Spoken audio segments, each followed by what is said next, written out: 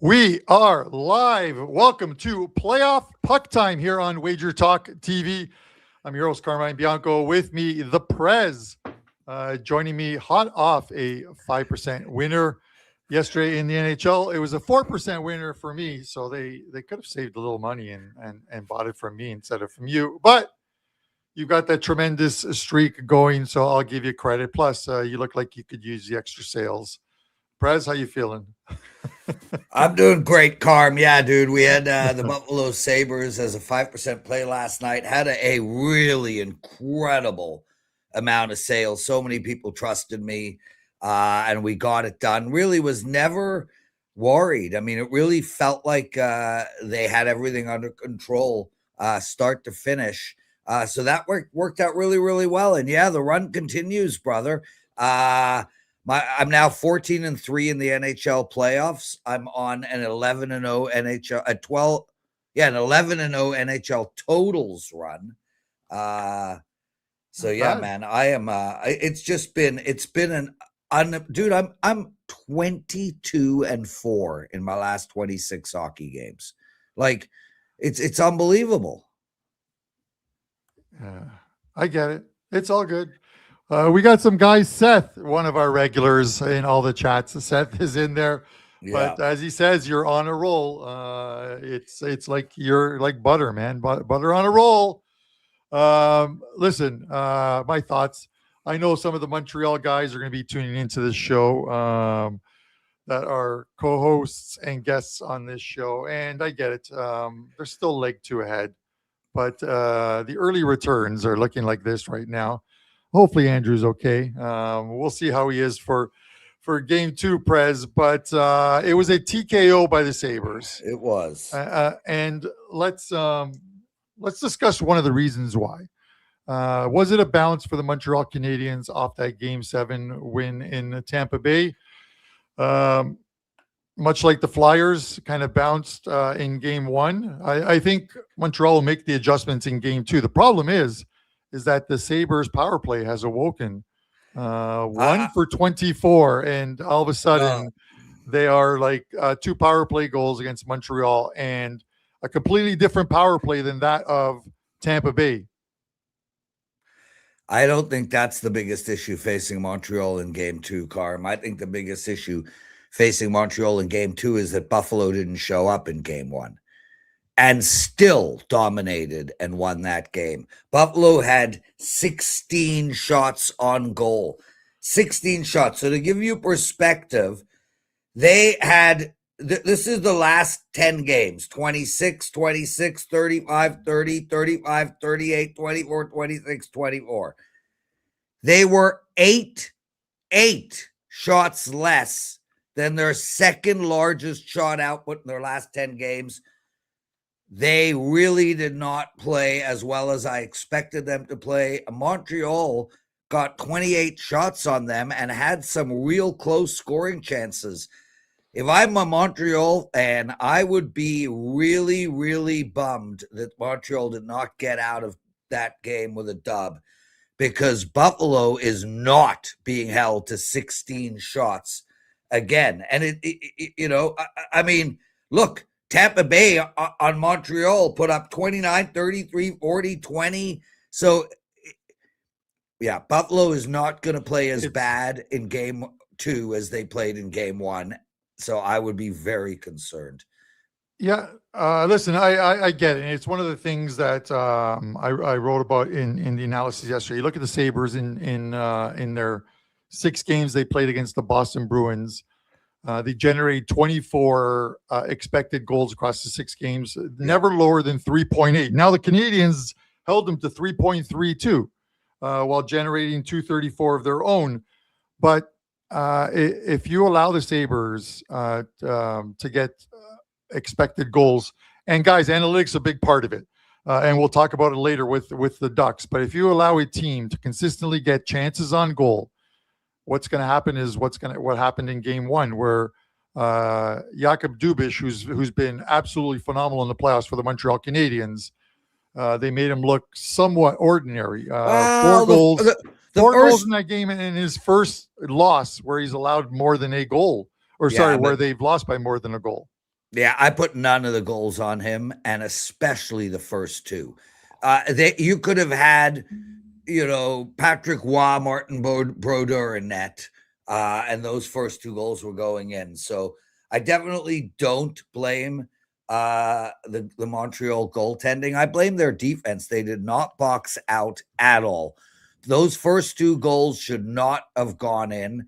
And I think the third goal was a complete screen. This was on the Montreal defense, and they are going to be better. I think both teams are going to be better in game two. Yeah, I expect the Montreal Canadiens to be better. If you look at thus far the playoffs and just this round, you look at Minnesota, embarrassed in game one. They played much better in game two, regardless of the fact, I get it, they lost. Yep. The Philadelphia Flyers, embarrassed in game one, played much better, took Carolina to overtime and could have won that game as well, too. And the Anaheim Ducks, they lose to the Vegas Golden Knights in game one, come back in game two last night and looked very good in winning that game and controlling it from the onset. So, and they played defense to win it as well, too. There's not many times you're going to hold the Golden Knights to one goal at home, right? But when you do, you're going to win it. You're going to win a game. But we'll talk about that in a minute.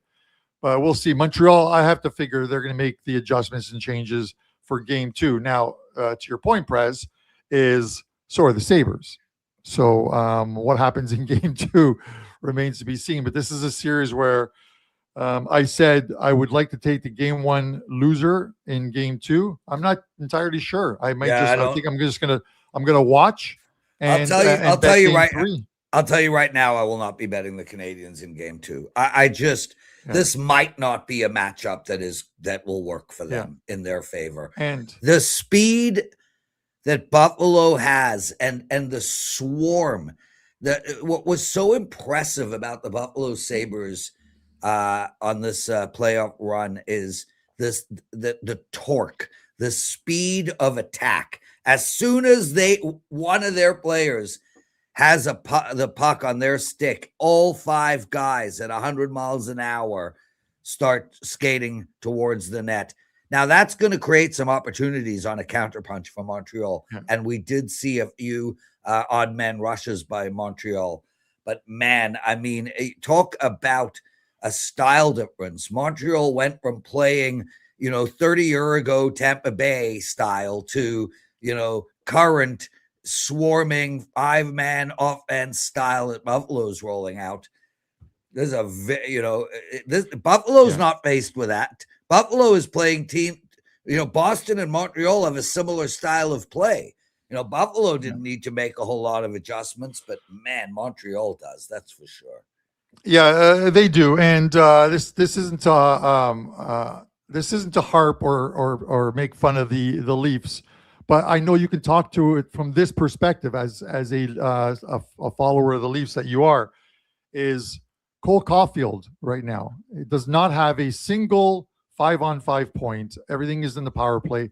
We've seen it with certain Leaf players in years past where they have fantastic games or they have fantastic seasons and then get into the playoffs but that's not Cole Caulfield. Cole Caulfield has been in the playoffs before. He's scored game-winning overtime goals. He's a money guy, bro. He's had 8 or 9 games without a goal. That's okay. Listen, it's not okay, but the Canadiens got through the first round without him. They're only one game into the second round. Cole Caulfield is going to come alive at some point. It's either now or in October, but he's coming alive again. Well, if it happens in October, it's going to be a summer of his picture on the side of a milk carton with the words missing, reward if found below it. But with that said, you know who's not missing? The Carolina Hurricanes when they play any game this season. They're so good, Carm. They are so good, bro. Look at these odds. On the road, -168, +138 for the Philadelphia Flyers. The total sits here at 5.5. Really juiced to the under. It should be a 5 at some point. How you playing this, Prez? Carm, it's one of those scenarios where we had the Carolina Hurricanes play one of their Well, not their best game, let's say, in their last game. I mean, look, they did get 42 shots on net. It was an overtime game, and they only did start badly. I think Carolina is the play here, Carm. I think Carolina is just so much better than this Flyers team. And, when people sit there and say, the Flyers played much better against Carolina last game, well, did they? They put up 2 goals early and then they didn't score again, and they allowed Carolina to come back and they allowed Carolina to win. I mean, Philadelphia, one of the guys, I think the captain, had a breakaway in overtime where he lost his mind and decided to make the stupidest shot ever from outside of the faceoff circle, balanced on one leg. I mean, yeah, I think Carolina. I think Carolina wins tonight, bro. I'm not betting the Flyers here, but kudos to the Flyers. Outstanding year. They got through round 1. It is what I would consider a successful season for Philadelphia. Well, not as successful as the Leafs season, but yeah, I would say the Leafs had the second best season out of any team in hockey. The first best will go to the one that wins the Stanley Cup. Yes, of course. We lost to a team that lost to the team that won the Stanley Cup. That's how people rationalize how close. No, we got Kevin McKenna. Yes. Well, I've heard he's going to enter the NFL draft. Yeah, good funny, as a punter. 9 more minutes, Carm. Let's get some actionable. Yeah, well, brother. Stop interrupting.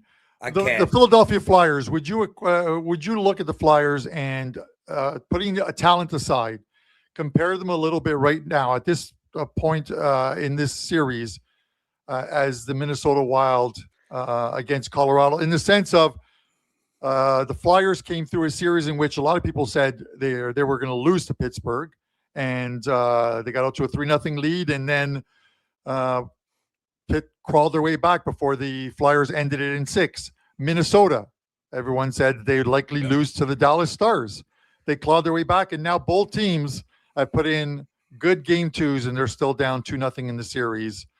I do not see the analogy or the metaphor, whatever you want to call it. I'm comparing the two teams. I'll tell you I'm basically saying to you, did they, for lack of a better word, did they shoot their shot in the first round of the playoffs, and they've got nothing left? No. And do I think Minnesota's going to win the series? No. And can both teams get swept? Yes. But I think this Minnesota team has got unlucky. They're playing one of the greatest teams in history of hockey, not this year, in history of hockey. That's how good the Colorado Avalanche are. The Carolina Hurricanes are a good team. They are not historically good. Minnesota is a really good team, maybe the fourth, fifth best team in all of hockey. The Flyers are not that. Well, Minnesota has talent everywhere. The Flyers do not. So I can see, I would much prefer to bet the Wild tomorrow than Philadelphia tonight. There's zero chance Philadelphia is getting my money. Yeah. To your point of the Wild one, the issues with goaltending right now, going from Wallstead to Gustafsson, and he didn't look good early on, although he looked good late. We'll see what they do in game 3. But once you have the merry-go-round happening with your goalies, the team in front of them starts to get a little worried. That's always been the Edmonton Oilers' problem the last few years. I'm with you. It's Canes. It's got to be Canes or nothing tonight, Prez. Yep. Which brings us to the point of last night. The Anaheim Ducks come back and win game 2. Made the proper adjustments. Absolutely. And this is the series price. This is not the game 3 price. This is the series price. The Vegas Golden Knights are minus 165. The Anaheim Ducks are plus 140. I'm going to mention this to you, Prez, because this is the interesting thing. So I talked about the Buffalo Sabres and the fact that in just about every single game, they have created more XG than the opposing teams. And they've won a majority of their games. The Ducks, 7 of their 8 games in these playoffs, they've generated more XG than any other team. They've won 5 of those 8 games. In both games against the Vegas Golden Knights in this series, they've created more scoring chances, more shots on goal, more high danger chances, and more XG. And they're plus 140. I get it. It's the Vegas Golden Knights, but the Ducks now have home ice. Game 3 is huge. Would you take 140, or is that too low for you? I would take neither, Carm. I just don't find value in either of those numbers. I think the Vegas Golden Knights are going to win the series. I don't like 165 right now. I think it should be more around. If it was 135, I would be interested. If I were to bet Anaheim to win the series, I would bet it in the predictive markets so that I could cash out tomorrow.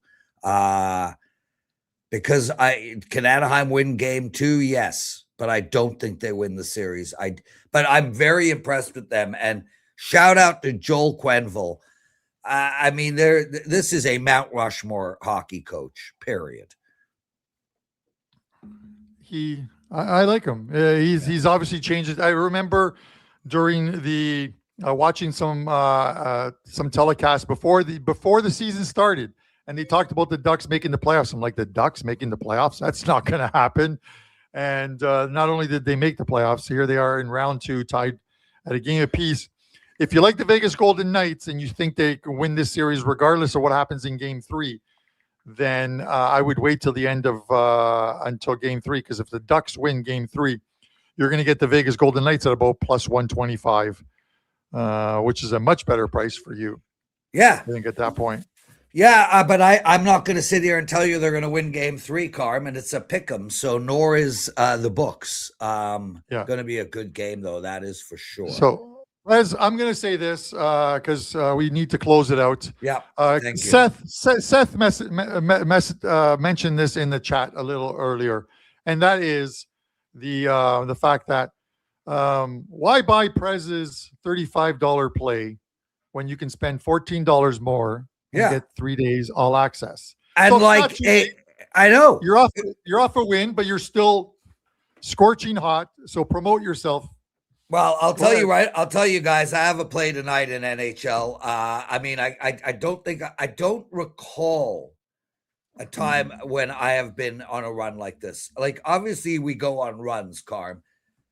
But I mean, you look at this now, and I'm on a 6-0, 10-1, 20-or hockey run. I'm on a 10-0, 17-1 NHL totals run. My NHL playoff record is 14-3. I'm the number 1 NHL expert in this year's playoffs, last year's playoffs, over the last 2 years in total. Yeah, and my NBA is winning as well. So that is a great offer, and I have a big play for tomorrow. So perfect time to purchase that package. You're totally right, Carm. I was amazed that like 80% of the people who bought my 5% play yesterday, and I'm telling you this seriously, about 80% of those people bought only the 5% play and did not pay the extra money. And it makes no sense to me at all. Zero cents. Literally creates 2 additional days at $7 a day. Yeah. So zero cents. But I appreciate you saying that, my brother. Thank you. Guys, as you see up there, we are nearing 250,000 subscribers on our channel. We really want to hit that number through the weekend, maybe. If you guys haven't already done so, please hit that subscribe button and mention it to your friends. I'm sure in your WhatsApp chats, you guys have some gambling groups. Send them to those guys. Have them hit the subscribe button. We appreciate you guys. And if you hit the notification button, you're alerted to any free play videos or shows that are going live each and every day. For myself, 1 soccer play this afternoon and 1 NHL play for tonight. 8-3 run in the NHL. It's not as great as Prez's, but hey, dude, you've had an incredible season. So I'm looking forward to it. You've had a monster, dude. You've had a monster year. So, anyways, appreciate all you guys. Titans, Noodles, OG Hater with that fantastic icon that you have there. Stevie Dukes, we appreciate you guys tuning in. This is another episode of Puck Time. We will see you guys on Friday. We had a couple games on Friday night, and we'll discuss them tomorrow, 11 a.m. Peace out, guys.